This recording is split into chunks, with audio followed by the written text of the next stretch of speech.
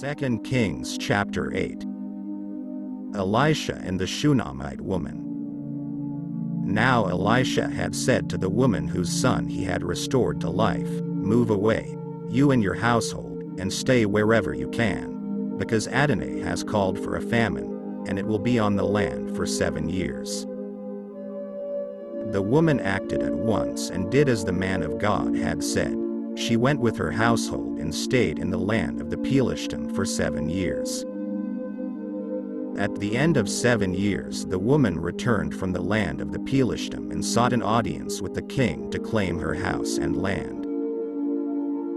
The king was talking with Gehazi, the servant of the man of God. "Tell me," he said, "all the great things Elisha has done." Just as he was telling the king how he had restored a dead person to life, at that very moment the woman whose son he had restored to life came to the king with her claim for her house and land. Gehazi said, "My lord, king, this is the woman, and this is her son, the one Elisha restored to life." On being asked by the king, the woman verified it.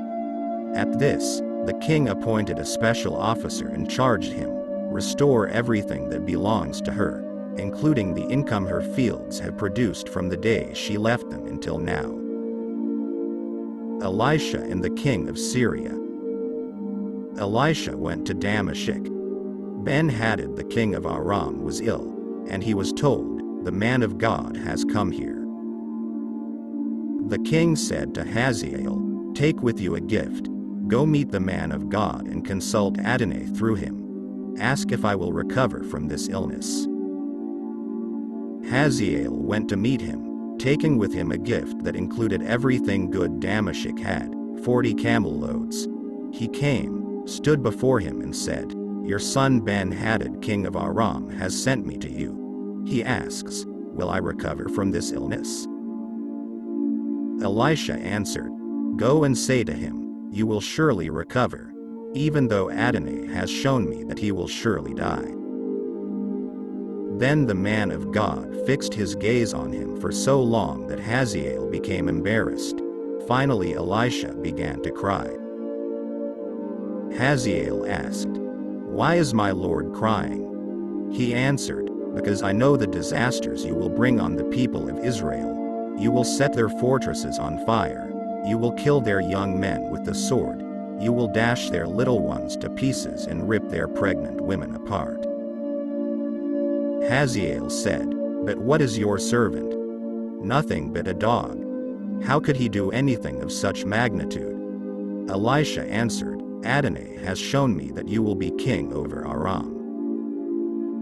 Then he left Elisha and returned to his master, who asked him, "What did Elisha say to you?" "He told me you would surely recover." The next day he took a blanket, dipped it in water and spread it on his face, so that he died, and Hazael took his place as king. The reign of Jehoram over Judah. It was when Joram the son of Ahaziah king of Israel was in the 5th year of his reign that Jehoram the son of Joshaphat began his rule over Judah. He was 32 years old when he began to rule, and he ruled 8 years in Jerusalem.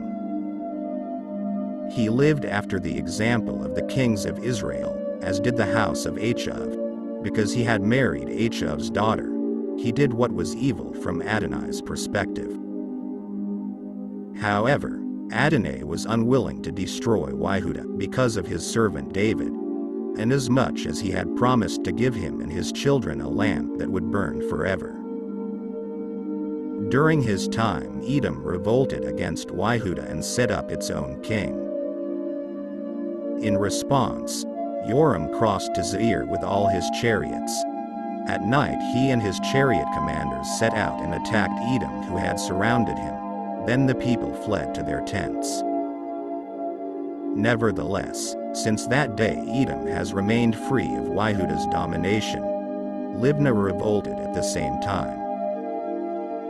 Other activities of Joram and all his accomplishments are recorded in the annals of the kings of Judah.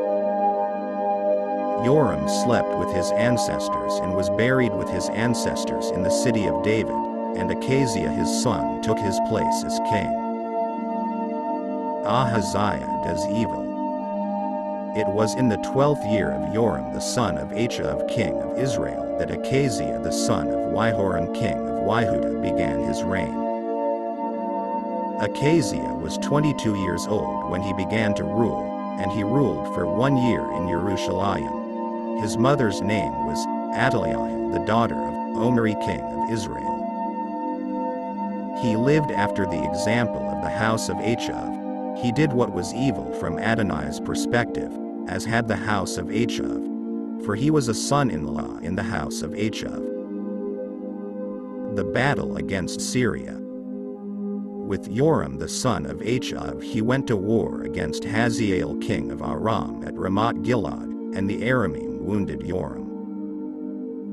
King Joram returned to Israel to be healed of the wounds which the Aramim had inflicted on him at Ramah while fighting Hazael king of Aram. Ahaziah the son of Jehoram, king of Judah, went down to visit Joram the son of Ahaziah in Israel, because he was not feeling well.